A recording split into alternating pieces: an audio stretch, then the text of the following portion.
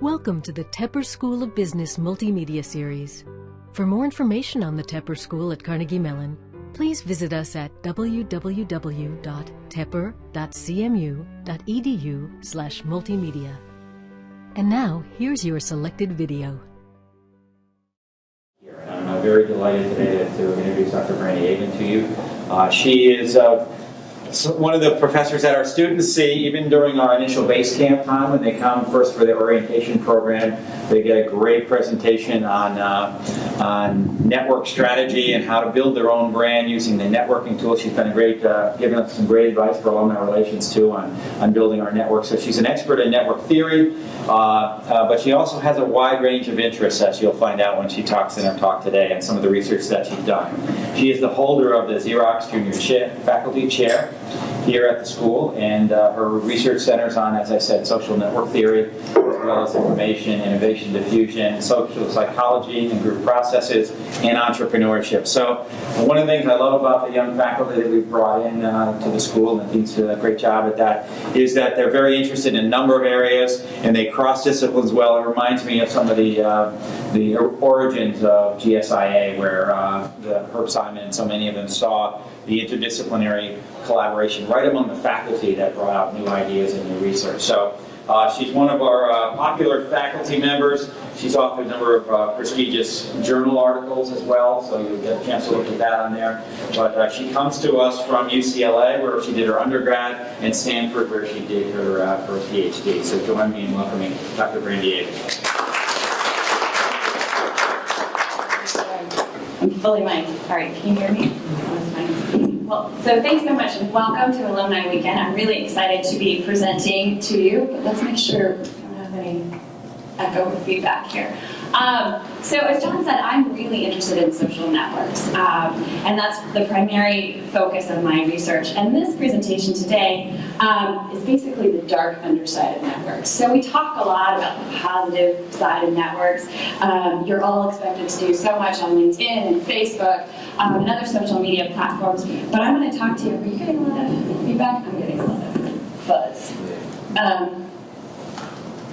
You're good? Okay, figure this out. Anyway, so what I'm going to take you through is how corruption is basically facilitated through social networks, and how people, especially in the case of Enron, might coordinate collusion and organizational crime, which I find particularly interesting, both to understand how we might detect it and maybe mitigate it inside of organizations. All right, so this talk is called The Effects of Corruption on Individual Communication Behavior in the Case of Enron. So now the case of Enron has become quite old, but in its heyday, Enron was the darling of Wall Street. It was lauded as one of the most innovative companies by Fortune magazine 6 consecutive years in a row, which was unheard of. Everybody was heavily invested in Enron, as well as Enron itself, and all of its employees, unfortunately, and they really could do no wrong. Every article that came out about them had something really, really positive to say about them. Yeah, let's. No, is it me? Yeah, just flip that up. I think it's just. There we go. Is that better? Clearly, I'm not an AV specialist. All right, so Enron is this poster child for how to run an organization, how to innovate, and then, lo and behold, it turns out they were not only creative in the marketplace, but also in their bookkeeping, and there was a lot of innovation happening that the SEC did not approve of. And so what I'm going to take you through is how that actually came to be organized within the firm. And a little bit about the social organization and the network that evolved within this culture at Enron. So I do want to say, if you have questions at any point in time, I have no problem answering them as we go, so you don't need to hold them till the end of the talk. All right, so a little bit about it's just not working. I'm just going to project and see how we do, okay? It's going to make me crazy. All right, so a little bit about the motivation and the prior research. So we know very little about social networks of corruption. We actually, even in organizational theory, know very little about corruption, because when it's really good, we can't detect it. So we only know about sort of the unsuccessful coordination of crime in firms generally.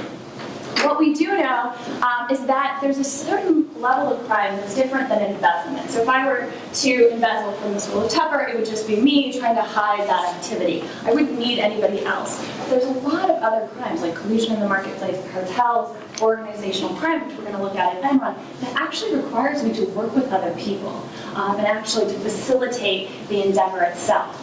And so that's somewhat interesting, right? How do you learn to trust people within your organization in order to commit this type of fraud? And how do you actually coordinate and cooperate and communicate with these people to make sure that we're not detected and we're successful in this crime?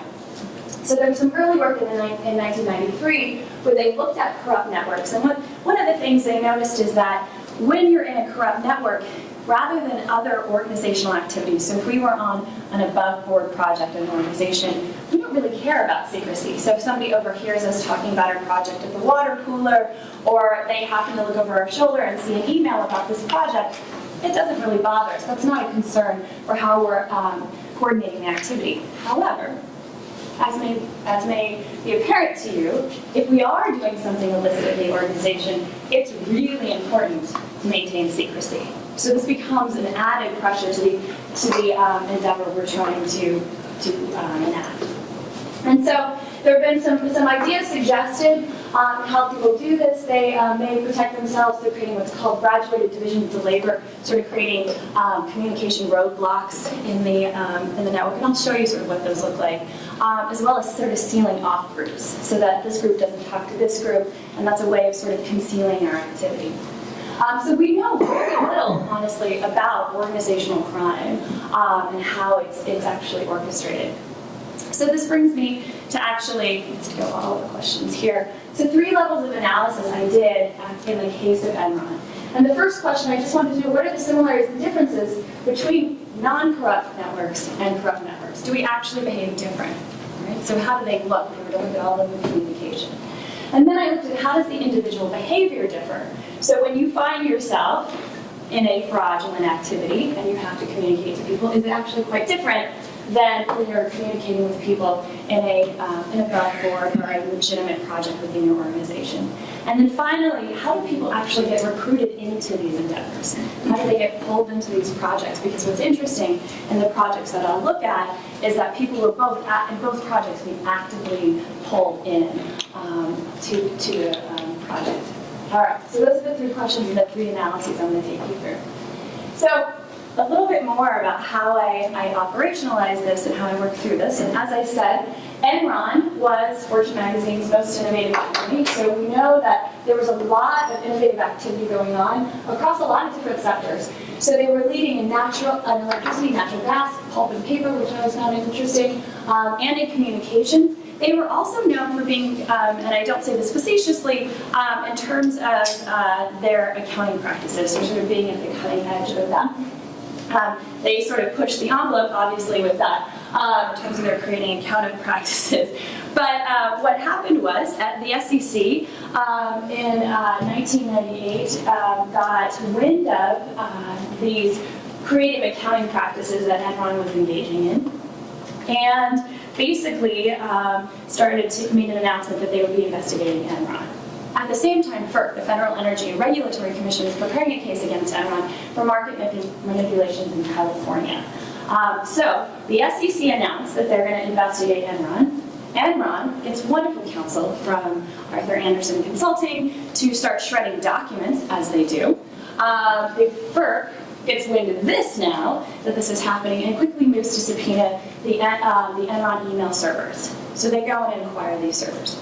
And that is what gives us the Enron email corpus. So they go in, they acquire all of the servers and all of the email activity that was happening at Enron, which helped them prepare a case and gives me a lovely data set to talk to you about the coordination of corruption via email. So basically, the interesting thing about email is it has a lot, it's a really fruitful place to study social networks, as you might imagine. And the beauty of this email network is because it was subpoenaed by a government body, they actually took the content as well. So we actually have the entire message of what was shared between Enron employees. the other wonderful thing about having a type of data set like this is when we go into organizations and we ask people about, have you ever committed a crime? Do you ever do anything? Nobody tells us that. But here, we can actually tell people's involvement. And so we actually can see who was part of these corrupt activities at Enron. So it gives us a lovely launch point to understand corruption in an organization.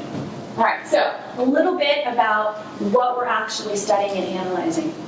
So this is the pointy-headed academic definition of organizational crime. We call it a form of corruption where the members of the organization commit an illegal activity primarily for the benefit of the organization.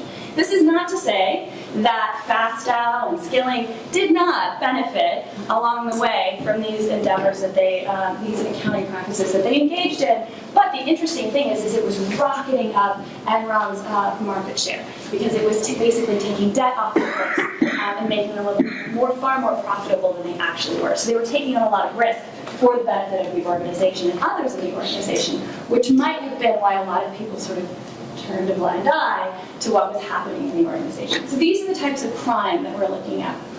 It turns out that there are quite a few of these going on. What we will look at are called special purpose entities. And so at Enron, they had these special purpose entities that they were using to, like I said, hide debt, and they were not following the 3% regulation rule, and so they were playing the shell game with their debt. And those are the corrupt projects that we will be looking at, how they coordinated those special purpose entities that were corrupt. But it turns out they also had above board projects, other SPEs that were totally legitimate and following all the regulations. So what we can look at is these two organizational activities that are identical in the task. So what you need from legal and accounting and the coordination of the task is the same, except one has the underpinnings of being fraudulent and corrupt, and the other does not. And so I find 6 of these, 3 of the corrupt and 3 of the non-corrupt, and sort of compare the activity between them. So we can look at how do these actually evolve over time. And what we can do with email is we can qualitatively code the email for these types of projects. So when I was talking about the corrupt project with Roger, I can capture that and what we actually said, and then I can also capture with John if I'm sharing something about the legitimate projects. We have that activity as well as the projects themselves. So a little bit about how email is coded in social networks. Basically what we do is we can connect people from the header information. So you have the email header with the sender, and then we have directed ties going to everybody who was a recipient on that email here. So we have CCCs, BCCs too, and these are all the recipients, which allows us to sort of quickly aggregate out and create networks over time and based on content. An interesting thing about email, this is a nerdy network thing to tell you, is in some cases, you and I might both be the recipients of an email. So it may look like we're not tied, and yet we share this email in common, which is kind of interesting in a project setting. So in some cases with email, we actually might want to connect all these actors because we're all on this email together. We all have been told about who we should only go to in legal when we're talking about Project Jedi, which absolutely did happen. So Jedi was one of their corrupt projects. So we can connect the network in different ways and get a really interesting picture into what was happening via this communication. All right, so a little picture into sort of what the content would look like. So we would have an email, so each of these emails would have content in it, and basically it would list out details about the endeavor. The interesting thing, just as a qualitative side note, that I found in these emails was, and this is public information, so you can see it, I've sort of crossed it out to protect some people. But in the corrupt emails, we tended to see more people being listed than I saw in the non-corrupt emails, which I suspect was some form of social contracting. So that if I'm sending an email to Bruce and I list your name in it, it's sort of saying, if I get caught, you're coming down with me, right? So it's a way of sort of agreeing that, like, if we're going to do this, we need to all be secret together. We're all in this together. So this is basically an email about Jedi. Jedi was one of the projects that I looked at, one of these fraudulent SPEs. And basically, it's just like I said, you want to confirm that the trained legal assistant that is most familiar with the particular vehicle, that the appropriate people are in the loop with what you're doing and with the asset, and that you won't be any unpleasant surprises, right? Which is sort of interesting that they're reinforcing the tie, that you should only talk to this person in legal, because this is the only person who knows about it there. So there's some qualitative stuff going on. And so we have a mass of this for every individual in the data set. So we'll have a folder with all of the email they sent, they received, they even deleted if it wasn't completely deleted. And so then what that enables me to do is code the emails. There are different techniques for coding for computational linguistics, or sort of coding a large set of documents. One is simply doing word counts, which this is not surprising, but the most common word used at Enron was Enron, then being agreement, gas, new energy, taking out stop words like to and a and the. So that's not particularly interesting. Then what we did is we looked at, or what I did, is look at co-occurrence, probabilistic co-occurrence models. And these are words that sort of happen,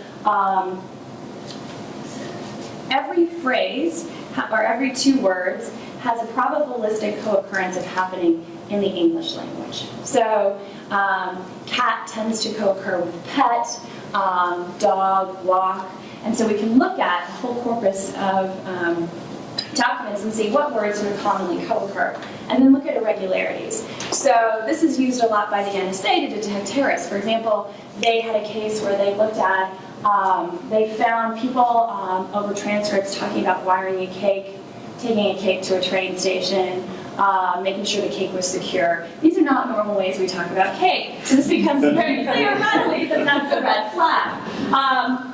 What was fortunate, so I did this anecdotally at Enron, and this is sort of after the SEC has started their cases against Enron, and I actually found that in the corpus, one of the really strange occurrences is everybody was reading the burrito, asking other people if they had received the burrito, and I was like, oh my gosh, I found something, I need to, so I'm in grad school when this happens, right? So I'm like, this is going to make my career, I'm going to call the SEC and tell them I found something.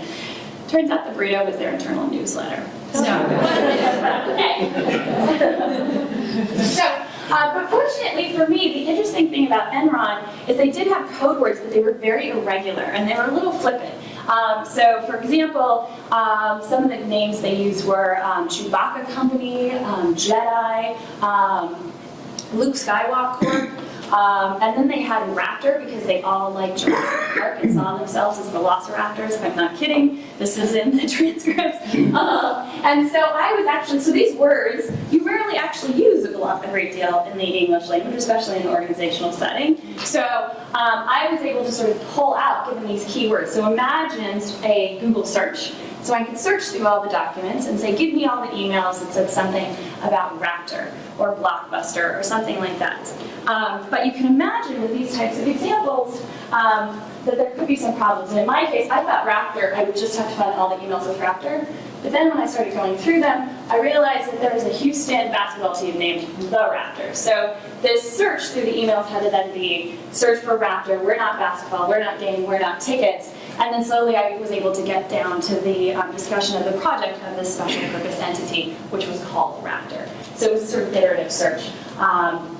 And that's what I ended up settling on, sort of qualitatively coding through these iterative term searches of the documents, which gives me a set of emails that I can then look at who's connected to who that are solely about one of these 6 projects, right? So I can start to pull out or superimpose activity in the overall network of communications. So what might that look like? So here we have a picture. This has been, I've faded out a lot of the communication so it doesn't look like a giant bowl of spaghetti, but the gray lines represent just normal activity, people talking about, do you want to join me for lunch? Were you at that meeting? And so the gray nodes are people who are not active in any project that I look at. The blue lines represent information going between about the project, and if the node is blue, that person was involved in it at that point in time. And so what might you notice about this network? There are centers. There are people in the center, absolutely. It sort of spreads the organization, right? Because this is all somewhat of Enron at the time, but we see people all the way over here, all the way over to here, all the way up there, are talking about this one project. And then we can look at a corrupt project. And what happens there? Now remember, the task is the same, the level of coordination required by the organization is the same. But what do we see the same point in time for Enron? It's a lot thinner, right? And even though we have these centers in the other one, we clearly have a hub here, right? Somebody who's really orchestrating something. And it's very hard to tell for you guys, but so these are directed ties. So remember I said who's sort of sending information? The interesting thing is this individual doesn't have a lot of ties going out. They're not sending a lot of information out. A lot of information is being channeled into them.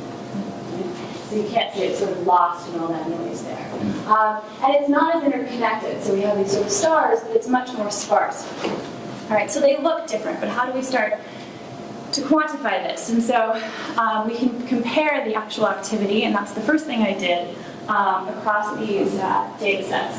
And the first thing I asked is, and this might seem sort of obvious, but sometimes in science those are the funnest questions, or the low-hanging fruit is the first thing you want to grab. And so I just wondered, is it just that traffic is lower? And indeed it is. So the frequency or the volume of traffic or communication between individuals, so between each node, so everybody involved in the project, when it was a corrupt project, you saw almost 8 less emails per communication. And that makes somewhat sense, right? Because every time I send you an email, we run the risk of detection. So we want to minimize that. Well, that's just not a risk I run in a legitimate project. So we have to take the frequency down, right? We're less likely to sort of engage in a lot of high volume communication. The other interesting thing that I found is the extent of symmetry. So when you have what we call a directed network or a directed graph, I can send you a communication and then you can reciprocate. And overwhelmingly, in almost any setting, not just email, people are sort of hardwired to respond in kind. We find reciprocity as one of the overwhelming social psychological phenomenon. You can experiment with it by going to a bus stop, talking to a complete stranger, telling them your deepest, darkest secret, and you know what they will do? They will tell you theirs. Right? We like to respond in kind, and we see this especially when people are on teams. You send me an email, I sort of respond, even if it's something as trivial as saying thank you, and I'll see you at the next meeting. We like to sort of respond back to people. But overwhelmingly, what we found in the corrupt networks is people did not respond back. Right? So I would send a message, but there was no reciprocity, nothing echoed back to me. And one reason for that might be is deniable accountability, right?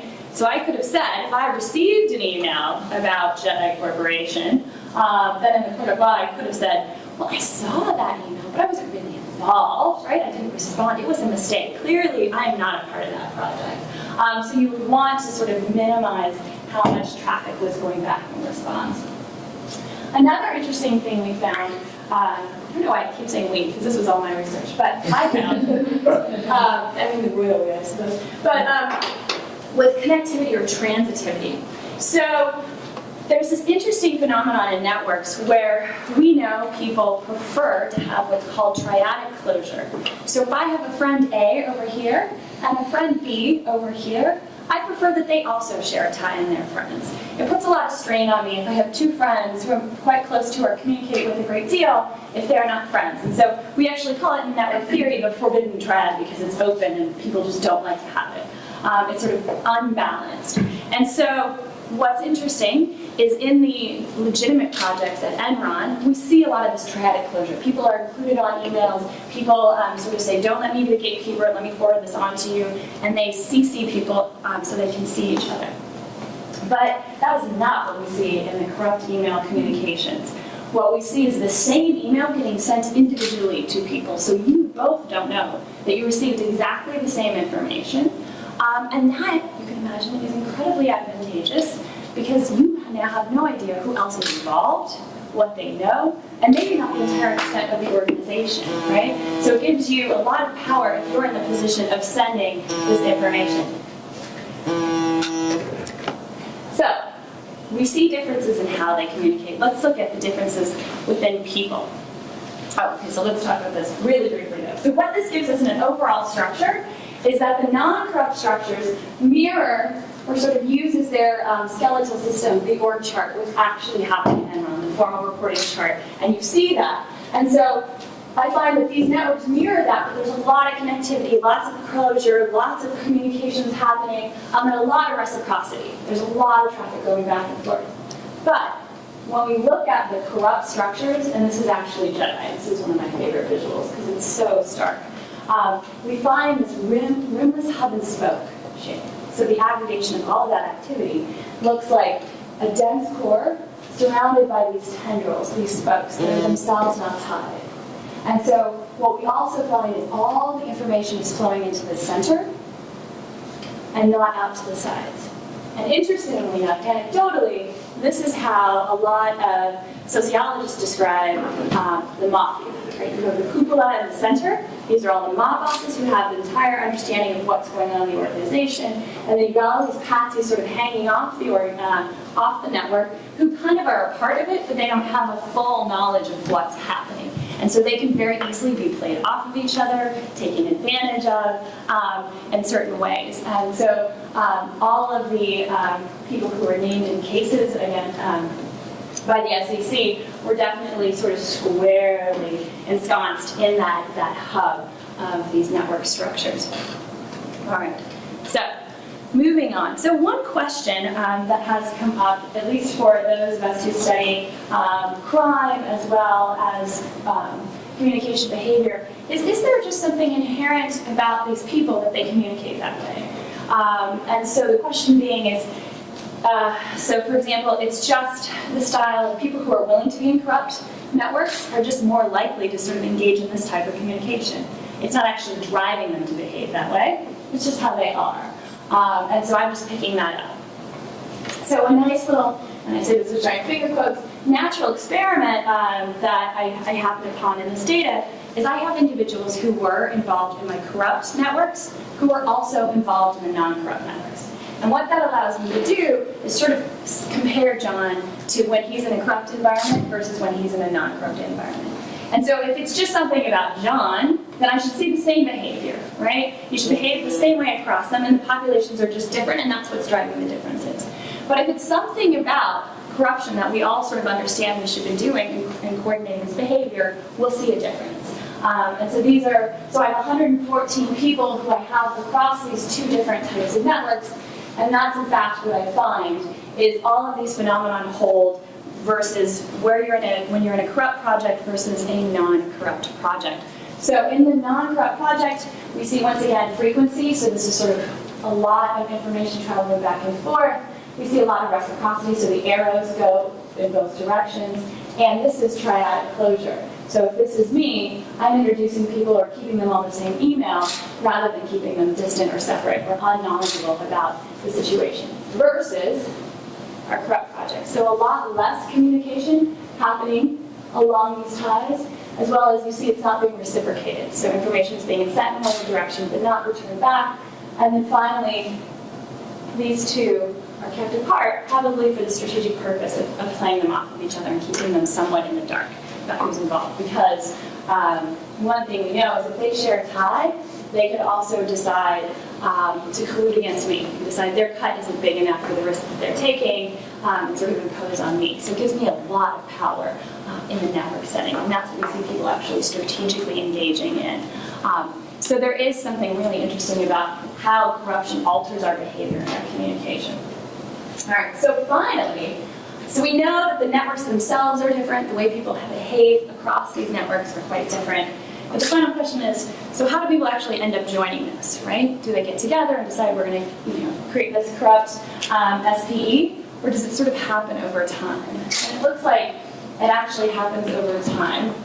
So in terms of recruitment, the numbers are a little bit higher in the legitimate projects, so they're growing at a much they're larger in general, but the rates of growth are about the same. So these are the legitimate projects, and so they're kind of steep in 2000, 2001, but we see the same kind of rate of increase within the illegitimate projects. So people are actively being pulled into these projects over time. And so my question then was, well, who's the most vulnerable? Who's most likely to get sort of roped in to these types of activities? And so we have these two measures in network theory. So the idea being that I look at all of your communication before you enter into one of these projects. And I look at your location in the network, and then I say, a priori, can I predict the likelihood of you joining either a corrupt or a non-corrupt project? And so we have two measures here. We have closeness centrality. And closeness centrality simply just tells me how proximate am I to everybody else in the network. Do I have a direct tie to them compared to everybody else? Right? So the opposite would be farness. Am I very far? I don't have a lot of direct ties to everybody else. And so what we might imagine is that if you're very proximate to a lot of people, you don't need a lot of intermediaries for communication. So in general, when we talk about this in classes, this is the position. This person with high closeness centrality is usually the best gossip in the organization because they have a lot of direct information. But if you imagine that they don't need a lot of intermediaries, and if you're trying to keep a secret, that person has a lot of direct ties to a lot of other people. And so if a secret or a fraudulent project were to get to them, it could come via a direct line. Alternatively, which I advocate that most people hold, is a position of brokerage, of low network constraint. So this means you sit in the organization, but you bridge a lot of people who themselves are not connected. So if we start to look visually at this graph, so this person, Tim, and that's actually his real name, he was a baddie, he was in all three of my projects and probably more, versus Grace, who true to her name was only in my non-corrupt projects. And so Tim actually has a high closeness centrality, and he's got this little cabal of friends over here, right? Versus Grace, who sort of sits between these two groups who are themselves not connected. She bridges. So she has a lot of opportunities to hear about information, especially if it can be sort of decoupled from the messenger. So as information moves to the network, she's more likely to hear it. So she has low network constraints, so she's able to brokerage, and she has low closeness centrality. And the idea being here is because when people are talking over the water cooler about a project or sharing information, she's sort of in this opportunistic, this fortunate position to hear about that type of information, and so maybe hear about a new project and then decide if she wants to be involved. And we tell all of our MBAs that this is sort of the most advantageous position to be in because it gives you direct channels to a lot of activity in the organization and what you want to hear. All right, so let's actually look at Tim and Grace. So this is Grace. So this is, once again, all the emails for 2001. So the gray is just everybody else and a lot of activity. You see the blue dots are our good guys, the red dots are our bad guys. And so Grace is right here. And if you notice, Grace has a lot of ties going out to the periphery, but she also has this far-reaching tie to the center of the network. So that sort of gives her, she's probably talking to two different cliques, maybe HR and legal or accounting, and she has sort of friends across the social network. And this is a sort of a close-up of Grace's network. So she's here, and you can kind of see. So there's like this one group here and this other group here, and she sits between them. And so she was a particularly good actor at Enron and was never anywhere near my corrupt projects, as opposed to Tim. So this is Tim. Tim is actually right here. And what you might visually notice very quickly about Tim is he doesn't have a lot of far-reaching ties across the network. Most of his ties, of his friends, are very proximate to him, very close to him, and he's sort of tightly ensconced in the center. And equally here, he's got all of these people who are very close to him. The other interesting thing about Tim is you take a little closer look, he's got a friend in time point 1 that also was an adopter of the corrupt project. So it almost spreads exactly like a contagion effect. So somebody gets, so this we can imagine is patient 0, and then they transmit to Tim, and now he's a part of the project. And very quickly, Tim gets on board, and as I said, all the projects I look at. So there was something very akin to where he was in the network that led to that. But we see that across all of those who were recruited into Enron. All right. So, Randy, can I ask you a question about sure. this? What determines the spatial distance in your graphs? So that's a great question. So in a network graph such as this, we use what's called a spring algorithm. This one is called Fruchtem and Reingold. So what it does is, so it doesn't actually mean anything from left to right, from top to bottom. It's social space. And so what it does is we start sort of like pre-Big Bang, and we put all of the ties and all of the nodes on top of each other, and then we say propel out all of the nodes who are not as closely tied to everybody else. So those in the periphery have fewer ties to everybody, and so they're being sort of pushed out because they have less social gravitational pull.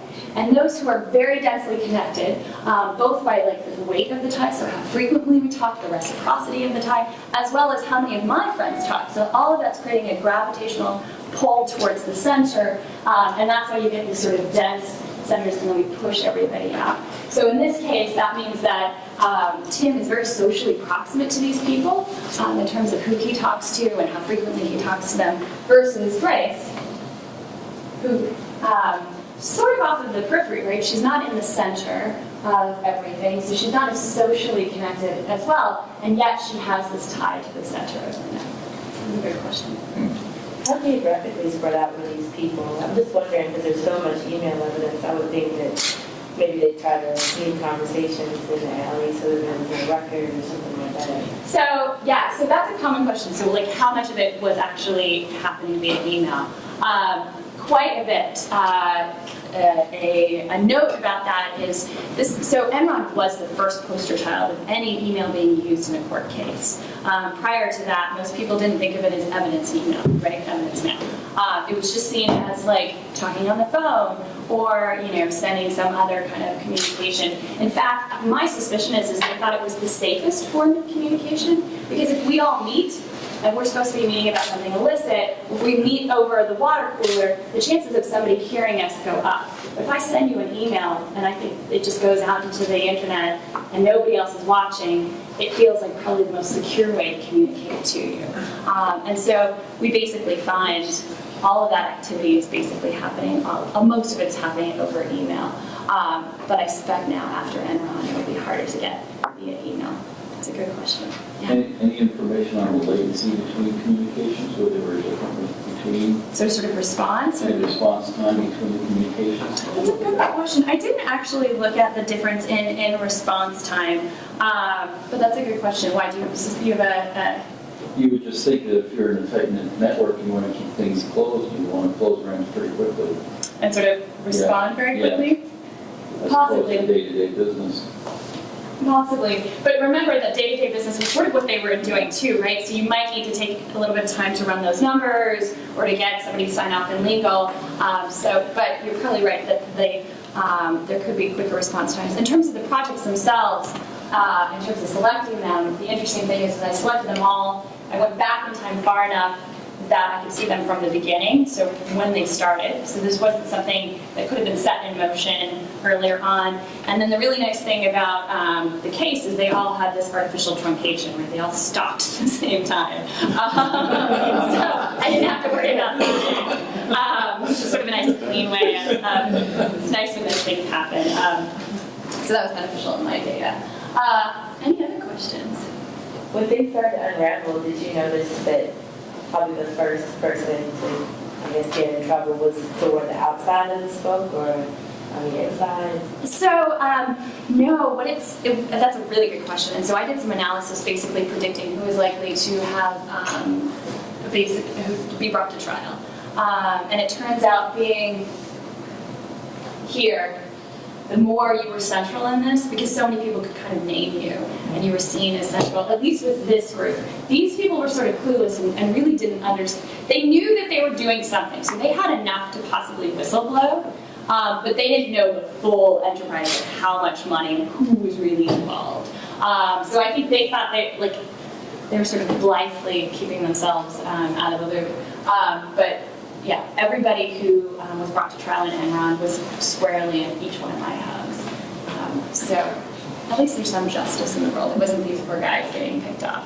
How do you differentiate between someone who within the organization would be like kind of a motivator, so someone who was actually actively pushing things forward versus someone who was like basically an email patsy, like someone who was more important, who was always CC'd on everything for the sole purpose of, you know, as you mentioned earlier, like you're involved. Yeah. So it's a great question. I mean, in some ways, it's how I operationalize the network, right? So in some ways, these are our patsies because they're sending information in, but they're not doing a lot of they're not getting a lot of that social connectivity, right? They're not being included on emails to other people, and these are more of our motivators. Now, there could be variation in terms of like who actually started the project, who's actively recruiting. I don't have that, but that could be really another interesting study is to understand how people were sort of, you know, maybe you had your internal guys who were just moving things along versus the guys who were actively trying to grow and recruit people in the project, which could be interesting for looking at things like gang violence or other things about how people actually pull people into these sort of illicit endeavors. And we know they're happening throughout organizations, unfortunately. Fraud is, as we unfortunately know, rampant. So how people get pulled into this and what turns them is really interesting. Good question. Yeah, great. Do you know if these corrupt projects, that people were bound by some confidentiality?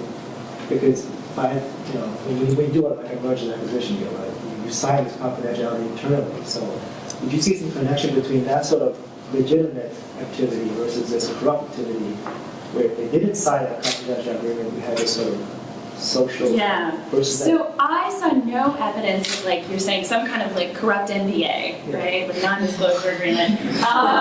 No, I didn't. But my suspicion is, and so a follow-up study, which would be really interesting, I can't really do it with my data, is to look at sort of what I alluded to in the earlier one, is it was so, if you look at the email transcripts, so when they were legitimate emails, nobody mentioned all the other people who were part of the project. And so I was taken aback when I first started seeing this. Like, why would you tell me everybody who was involved in the project, and a corrupt project? And then it sort of struck me that it's social contracting. So I list everybody, and what that does is that has two benefits, right? So it's clear these are only the people you want to talk to, right? If you go outside of this list, we're in trouble, right? So that has a benefit. So you're sort of solidifying who's a part of it. But also, if I know everybody who's a part of the project and I list you all, you know if the SEC comes to me, I will name you, right? It's sort of a prisoner's dilemma thing. So there's this sort of implicit contracting, but I just saw no evidence of an explicit contracting. Please.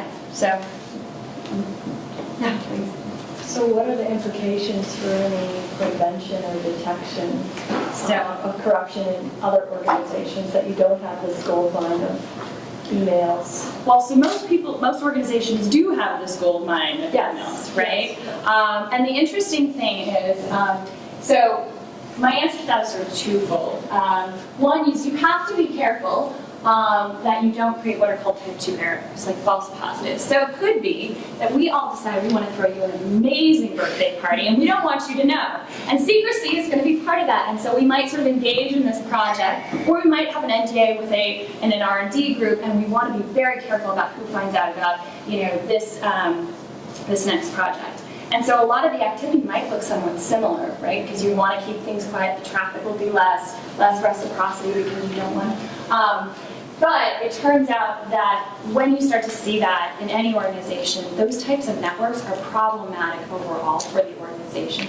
So when the networks start to become very thin and sparse, where you get like a dense cord with these sort of spindly arms coming off, it's problematic for the communication flow overall in your organization. So even keeping tabs on these false positives could be beneficial. So you could detect, possible fraudulent behavior or secrecy, but in either case, the detection of these activities starting is useful because they can be problematic for the overall communication within the organization, which we know is really important to its health and its robustness against any kind of external shock. But isn't the issue of the people that are going to do that very policing, or the people that are the bad guys to begin with committing the fraud? In some cases, yes. Yeah. Right. So you could have some kind of outside auditors. There could be activities that I'm sort of assuming that C-suite is free of corruption, but that could that does happen. For broker dealers, for example, FINRA comes in, we have to retain all our emails and then go through it. Some of it is very simple. They'll look for words like fraud. Clearly they missed my and they, or don't tell somebody or Yeah. whatever, right? Or like really obvious stuff. Yeah, is in there. which I don't find, by the way. I tried to find that stuff, and y'all are smarter than that, right? We're all smarter than that, right? But it's sort of It's really funny to watch when they come to this kind of Yeah.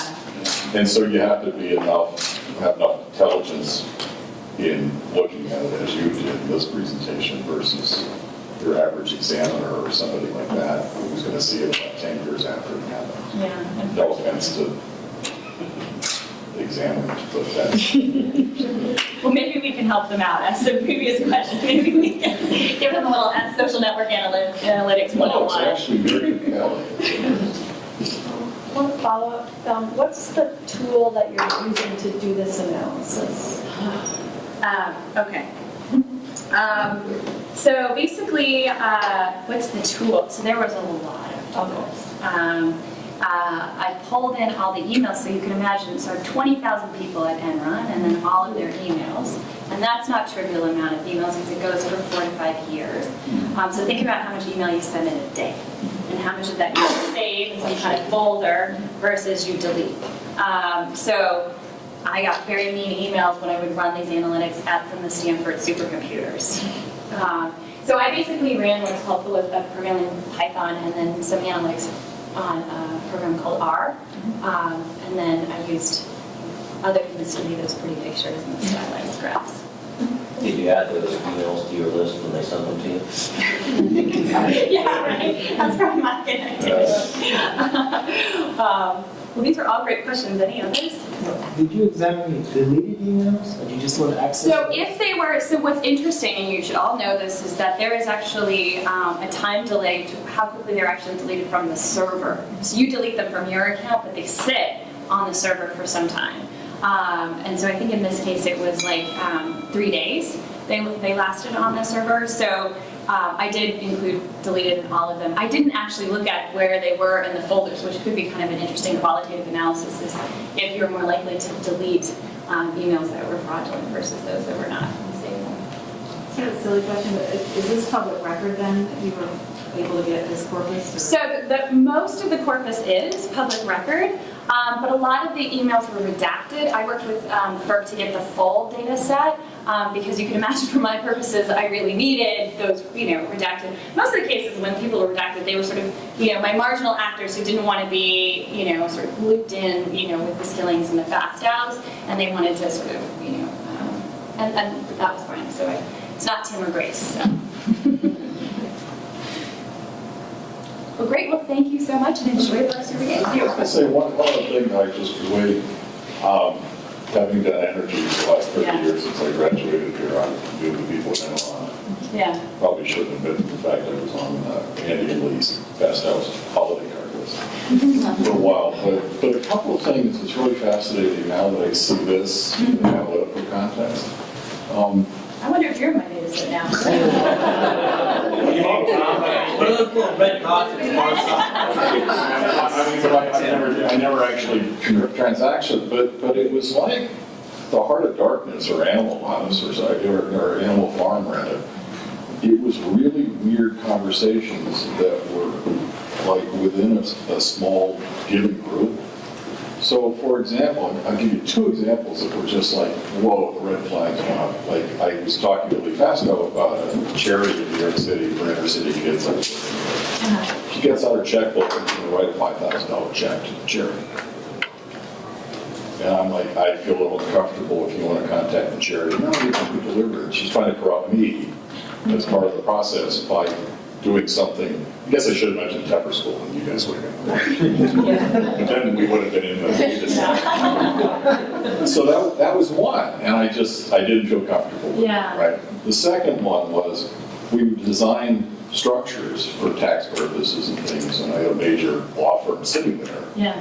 We're all in a room, and they would push almost stupid points, like it was a culture that was always pushing on the edge, and they were never money points, as I would describe them. Like, well, we want to write a first refusal on purchase of the asset, we want this, we want a direct purchase option, and I would politely say, well, you're putting more stress on the tax analysis, which is my way of saying it don't work, right? And my counsel sort of sitting there, probably top 5 in the country for tax. And he's, yeah, that's correct. And immediately the woman would turn to their counsel who was sitting there going, well, Dave, you'll give us a little opinion on that, won't you? Oh, yeah, we're fine. And it was just, I looked at it and it was way over on the spectrum. They shut it down immediately, consulted with the expert who was within the group. Yeah. They corrupted the outside people, right? And then even the SPEs with the 3% substantive equity were quote unquote outside of Enron for accounting purposes, even though Andy and others owned them. Right, right. And the other thing that you found was that, as with any criminal activity, you start small and you get away with it, and then you kind of and then after a while they couldn't turn around what was going on because the EPS was so large relative. The percent of fraudulent activity has to increase, and every member of Enron, by definition, is part of the activity, whether they realize it or not, because they all own stock. Right. And so they're all sort of, whether they want to admit to it or not, part of the criminal franchise. Right. Until, I whether they realize it. that's why it was there were so many non-whistleblowers, right? Because you knew your 401k was going to take a nosedive. Right. Yeah. Why shoot yourself in the foot and then reload quickly and reshoot? It doesn't make sense. Yeah.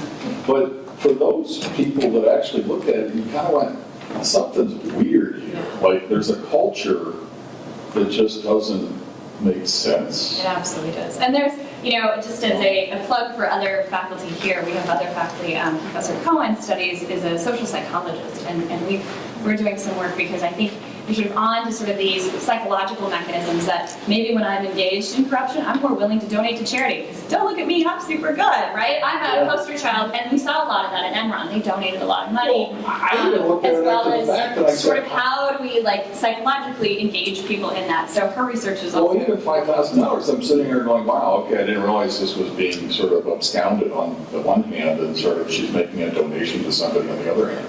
It's sort of bizarre when you think of it. I would have never, I knew something was going on, but not that deep. And it's fascinating, why I love doing research on it, so thank you.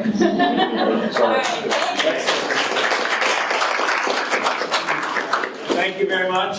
Just to know, one of our alums is on the alumni board, actually was one of the whistleblowers involved in the Enron process, so very interesting experience as well. But thank you so much for your research. And you can see how this applies in so many ways for our students learn about building their own networks, but when you apply network theory, many interesting But not like this, that's not what I asked for. Yeah.